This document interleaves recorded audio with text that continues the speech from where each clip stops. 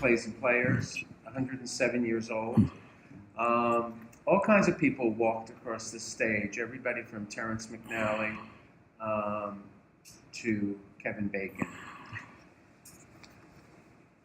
We wanted to add some new components to the film festival, and so we're kind of branching, not kind of, we branched out and decided that there was so much new media and the industry was so dramatically and dynamically and quickly changing that we wanted to be in on it at the very outset.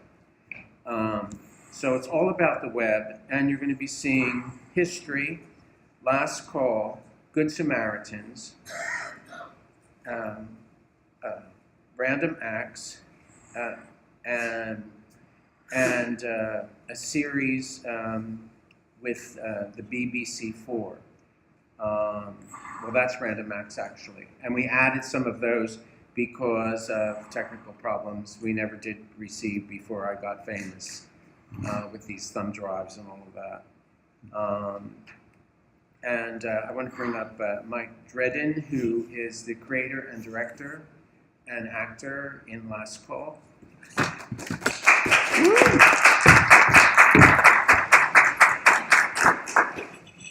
Hello, everyone.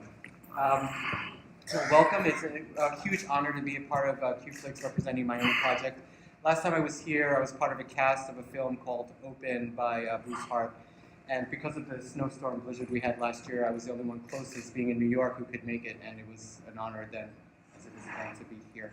Last Call is a web series about my life, covering many different aspects that I decided to, instead of writing a memoir, I would create a web series. So it chronicles portions of my life, leaving my corporate America job, ending up in New York City nightlife and gay porn, and wanting to open my own bar. In real life, I wanted to open my own gym, but for story purposes, it's more of a bar, and I think it's a little bit more relatable. Everybody loves to have a drink here and there and see a hot go-go dancer. So that's part of it. I could not have created any of this or brought it to life without the help of so many people. And everyone says this, the list is extensive, but there are so many people, from the PAs to friends, family, and a lot of people in the industry. And I'm just going to name drop here because they're very dear to my heart and good friends. Kit Williamson, Billy Porter, oh my gosh, Matthew Montalongo, who was in a brilliant play last year called Daniel's Husband, and a lot of those guys. And of course, the joy of just being an actor and creating and doing all these things. There was a time where I really was done with doing adult entertainment, and I did it on a lark, really didn't think it was going to go very far. But I ended up accumulating at least 6 years of experiences that I know no one else has experienced the way I did, so I figured I'd write a story about it and launch my acting career in a different way. There was a time where a lot of actors in New York and LA and other places where they weren't finding the work that they wanted or where they thought they fit, and they were creating their own opportunities, and that's when the light bulb went off and I started writing, and Last Call happened, and here we are. With me today is my co-director, Robert Mercado. Come on up here, Robert. And one of my oldest, dearest friends, Robert Maisonet, who plays my brother in the show, and come on up here, Robert. These guys have also been very instrumental in helping this series get off the ground, and I love you guys. Thank you so much for being a part of it. And Tom and James, all you guys here, thank you all for being here. I hope you really enjoy what we're going to show you today. Yeah, I just think this is such a brilliant project. It's great energy coming off of Mike. This tells his story, but in a really creative way that is so dynamic and engaging. And I watch it, and I had to binge watch it, so I think you'll see why it's so juicy and so fun, and I think you guys will love it. So I'm glad to show it to you guys here at qFLIX. And after we've shown all of the new media programs, they'll be back on stage, and we'll have a talk back, and we'll talk a lot about what's going on with the web and media. Thank you. Thank you. Enjoy. I want to make a few general comments, and then we'll take questions and comments and reactions. first of all, obviously from this, ensemble of different web series, you can see that it covers the gamut of educating people, informing them, entertaining them, and provoking them. I want to let you know that the Random Acts is a very new series, BBC 4, and somehow an email appeared one day asking us if we were interested. So we're among the first USA film festivals that will be partnering with Random Acts. Yeah, and I think they're quite, stunning. And then somebody told me the other day, a filmmaker that gets to have his film shown all over the world. Just so that you know, there's about 150 LGBTQ film festivals in our own country, and 3,000 across the globe, everywhere from Dublin, Ireland to Mumbai, India. So we are everywhere. It's wild. Mumbai, that's wild. Oh, I like that. So, anyway, we have some of last call. And so do you have some questions, some comments, some things you're thinking about the web? Don't be shy. Well, I'll start then, but I'm not going to do the whole commentary. We want you to participate in this. So, even looking at the production side of things, when we're seeing these web series, especially on the big screen, on a movie screen, which they're not made for, then they don't look that different from the next program, Sexuality, which is a group of men's shorts. And you need a production crew, and you need actors and makeup and all of that. So could you tell us a little bit about, what goes into making a web series? I don't know if there's differences or similarities or what. There are many similarities. I think first and foremost, the internet has given, literally, I think it's just blown away any barrier to create art or create film or to tell a story. 15, 20 years ago, the whole medium has evolved where it's anyone with a telephone camera can create a story and share that with the world. I think that there are a few folks who saw the potential and started creating feature-length films or short story films, and the word of mouth and the process sort of latched on, and others took cues from others and went their own route. So I think that the medium to share your work and your art with a larger audience now globally has just shifted, and that's in part thanks to the internet. Production side, if you're asking about that, I mean, my friend here is recording us now using one of my iPhones, a light, a microphone, and a stand, and that's pretty much, we shot all of Last Call, the majority of it, with what he's holding in his hand right now, using the various editing equipment that's available that comes stock with your Mac or with your PC, or downloading the latest of the higher end programs. You can create feature films with a device in your hand.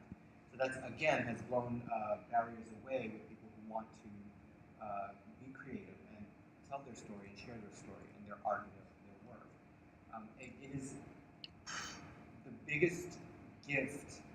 Being I just turned 49 last week, and when I started out in theater and film back in the 80s, early 90s, none of this even dawned on me, and I'll tell you this. In an improv class where I was pretending to be like a Alex P. Keaton kind of character, I had a television, a fake phone, all this stuff, and no one believed that it was possible. They all made fun of me and thought I was stupid. And I said, just think about it. 15 years from now, you're going to have everything in the palm of your hand. And literally, 15 years later, we had our first cell phones. So now, another 30 years later, we're able to do this and have venue and have our voice shared and a presence seen around the world. So that being a gift. And if I could just segue into this, I think we all believe that net neutrality is very important. And without it, this cannot happen. We would not be able to see our friends across the pond when their work. I would love to see stuff from Mumbai. I'd love to see more things from our voices from around the world shared. I think it comes down to still ultimately on a smaller scale when you're doing web series versus doing like larger feature films. You have to have the right people in place behind the scenes when it comes into production. So still having that same, giving it the respectful prep time to get those people into place to make sure what's on the screen looks A grade, doesn't look like we've compromised in budget, though it's on a much smaller budget. And it's just all the more important to try to keep to tighter schedules because you don't have as much time because sometimes people are doing this for free, so you need them, you want to get them in, to get them out on time, so it's just being really strategic, with your time. So that's... Okay, your turn. Don't mean to blow the word. Oh, good. Hi. Hi. So how often do you have a new episode, and how long does it take you to shoot and edit and do everything you need to do to get it out? Last fall, our first season, our first 2 episodes, it took over a year to create, and it was only because of time, money, and effort. And I had a vision for where I wanted it to go, so it took another year before I connected with Robert and helped direct the rest of it. Over the holiday season last year is when we started releasing every episode on a weekly basis, and I did that because of we were just come off this election, and I noticed my friends were in a very different mental state, and I wanted to wait until after the new year, so I figured those people who know me, I think this would have affected their state, and it did. So we released it that way. Right now we're in the middle of writing season 2. I think we have 2 more episodes to write, and then our fundraising campaign will start, and we'll just start the process all over again. Just to add on to what he said, it really comes down to money, donating time and effort, cash to create a project like this. So you shoot a whole season. You shoot a whole season's worth of episodes before you release any of them. Yeah. It's kind of like because, like Robert was saying, we have time constraints, and other people are doing other things. We try to get as much in as possible. It could be over a week period, a 2-week period. The way we did the remainder of the first season, we shot it with different days throughout the summer. I think the episode with Bianca Lee, who's a dear friend of mine, she's amazing. That, I think, was one of the last, and it was toward the end of the summer in Washington Square Park. But everything was over the entire summer, different days. 2 days here, 3 days there, and accommodating everyone's schedule. Now, if we had a full production,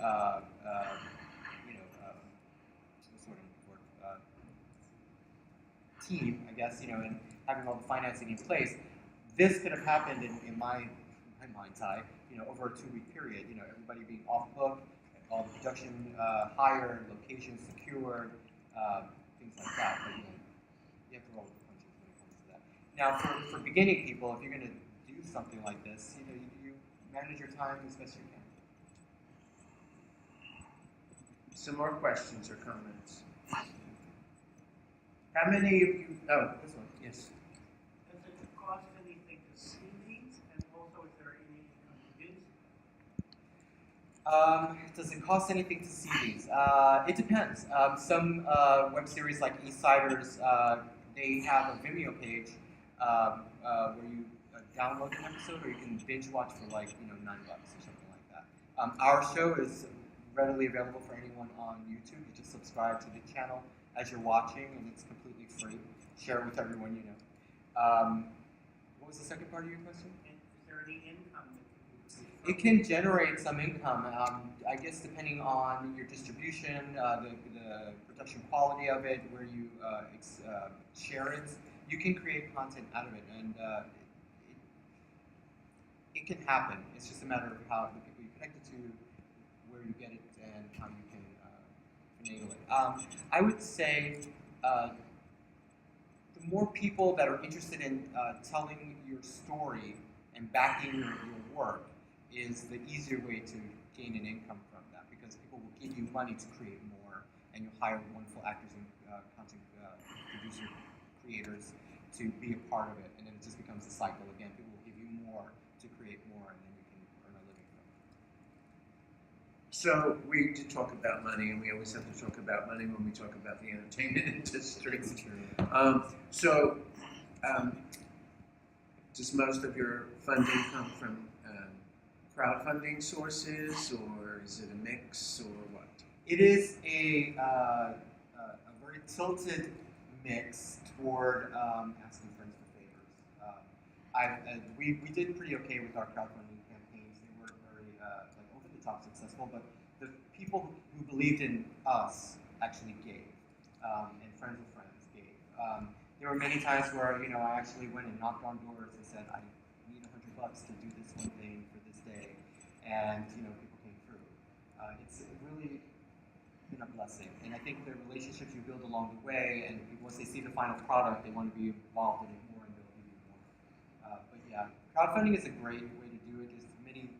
There's some people who are incredibly good at it. I'm not very good at it, but I just try my best. And I guess everyone who believes in us really is there.